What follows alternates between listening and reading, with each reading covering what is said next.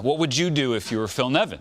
Because this is also a last opportunity for him to leave an impression on some AL. If I'm Phil Nevin, I'm managing this team next year, and he's coming back. They figured that out earlier this week for sure. So I am making sure this guy's ready for me next year. I'm going to need him. As far as pitching, you mentioned he's leading the team. Leading this team in anything pitching-wise isn't really saying a whole lot. No offense to the rest of the guys on the team, but leads the team in innings, leads the team in Ks. Obviously, he's had a stellar year out there on the mound, but he means so much to them offensively too. You wouldn't want to see something happen in a meaningless game for them at the end of this season. Let him go out there, get the inning if that's what he's looking for. Outside of that, I'm going, no. I need you back next year. We know it's now at least one more year with Phil Nevin. Also at least one more year, contractually anyway, for Shohei Ohtani. There will be a ton of offseason discussion about if that changes before next season, Tom. But as of right now, he's wearing the uniform of the Halos, and he is baseball's unicorn. Yeah, well, first of all, as far as that goes, it's going to take about 6 to 9 months to sell the team. I don't see how they trade one of the team's greatest assets while the team is up for sale. I think it's going to be left to the next owner, so it could be a July trade next year. That's the way I see it. In the meantime, you're right. This is a unicorn because he's an unbelievable two-way player, but also I just want to talk about him as a pitcher because I've never seen a pitcher who can beat a team in so many different ways.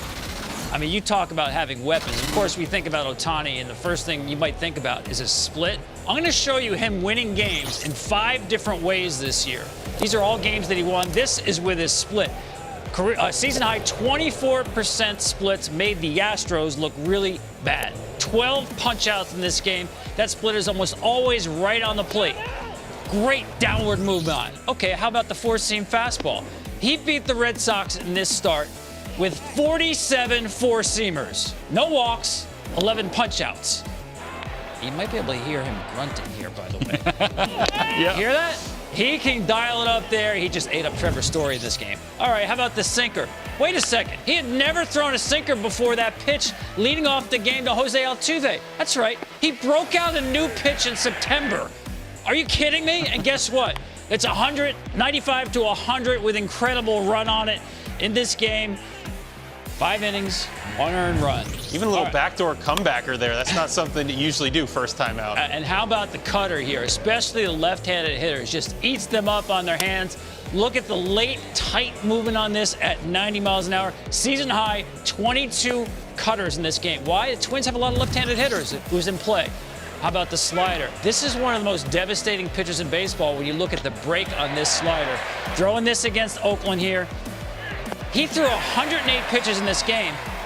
62 were sliders. He threw 4 four-seamers the whole game. A guy who throws 100 beat a team basically with the slider. Shohei Ohtani has pitches, multiple pitches that rank among the very best in the game. I want to show you the numbers here. Horizontal movement on the slider, best in baseball. Opponent average on the splitter, second best. This is among starting pitchers. Average velo on the sinker, I said 97.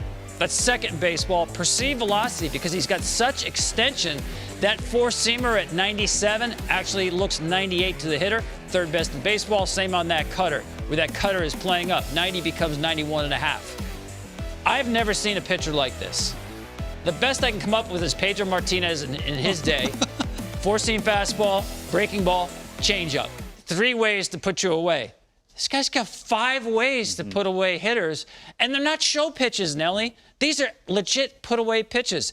This guy is the unicorn on the mound. It's not just ability, Rec. It's also production at this level. I mean, last year he was the unanimous MVP. This year he's been even better, and yet probably won't.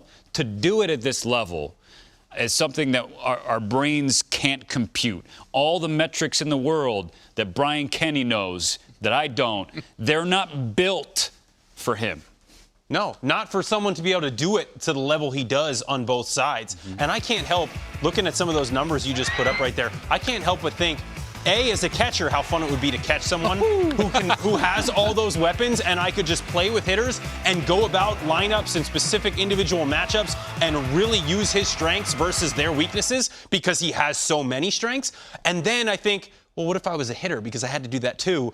I don't want to face him. Are you kidding me? Just the way he can attack you. I used to love to try to get guys down to maybe 2 pitches, and you're looking at 5 elite pitches thinking, what am I gonna think about when I'm up here at the plate? I have no idea what I'm gonna try to attack. That's what's so beautiful about him as a pitcher. And then as a hitter, I mean, this guy goes out there, puts up 30 doubles, 34 home runs. He's got slugging percent. Everything he does is so elite. The fact that he can do it on both sides, it's mind-boggling because the level of effort, practice it takes to do that on one side in baseball, to get to this level and do that, is tremendous. He can do it on both sides as a pitcher and a hitter.